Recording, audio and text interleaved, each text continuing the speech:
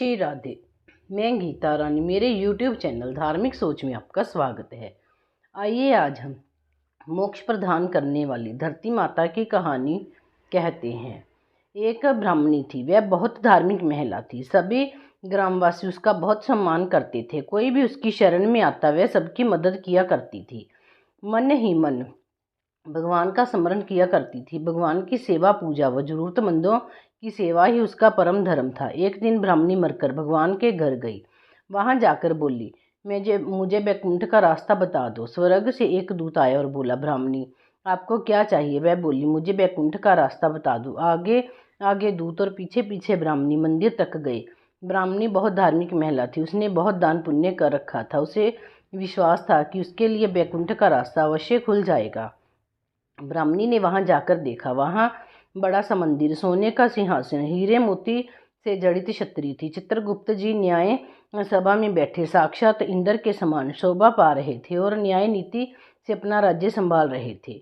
यमराज जी सबको कर्मानुसार दंड दे रहे थे। ब्राह्मणी ने जाकर प्रणाम किया और बोली, मुझे वैकुंठ जाना है। चित्रगुप्त ने लेखा सुनाया और कहा कि ब्राह्मणी, तुमने सब धर्म किए परंतु धरती माता की कहानी नहीं सुनी, इसीलिए तुम्हारे सिर पर धरती माता का कर्ज है। वैकुंठ में कैसे जाएगी? ब्राह्मणी बोली, धरती माता की कहानी के क्या नियम हैं? चित्रगुप्त जी बोले, कोई 1 साल, कोई 6 महीने, कोई 7 दिन ही सुने, पर धरती माता की कहानी अवश्य सुने, फिर उसका उद्यापन कर दे। धरती माता की कहानी सुनने से जाने अनजाने किए गए पाप कर्मों को धरती माता हर लेती है। स्वर्ग लोक में धर्म को ही स्थान प्राप्त है। यहाँ पाप के लिए कोई जगह नहीं है। धरती माता की कहानी पीपल के पेड़ के नीचे बैठकर सुननी चाहिए। यह बात सुनकर ब्राह्मणी ने प्रार्थना की कि मुझे 7 दिन वापस पृथ्वी लोक पर जाने दो, मैं कहानी सुनकर वापस आ जाऊंगी। चित्रगुप्त जी ने उसका लेखा जोखा देखकर 7 दिन के लिए पृथ्वी पर भेज दिया। ब्राह्मणी जीवित हो गई।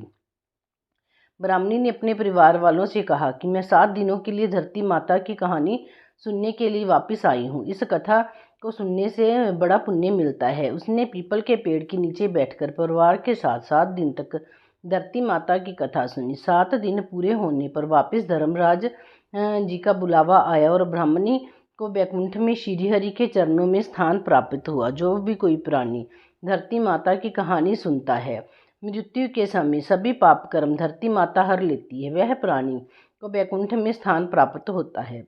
धरती माता की जय हो। धरती माता की सदा ही जय हो। धरती माता की कहानी इस प्रकार है। प्राचीन समय की बात है कि एक गांव में एक माँ और बेटा और बेटी रहा करते थे। माँ गरीब थी, वह मजदूरी करके अपने परिवार का पेट भरती थी। धीरे धीरे दिन गुजरते गए और बच्चे बड़े होने लगे। बेटी शादी के योग्य हो गई।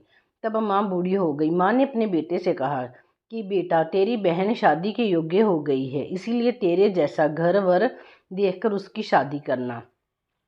ऐसा बोलकर माँ तो कुछ दिनों बाद ही मर गई। उसका भाई गांव गांव में घूमा, लेकिन बहन के योग्य पति नहीं मिला। वह घूम घूम कर थक गया और एक दिन सोचने लगा कि मेरे जैसा तो इस दुनिया में कोई नहीं है, इसीलिए मैं ही इससे शादी कर लेता हूँ। ऐसा सोचकर वह चुनरी और शादी के लिए सब सामान ले आया।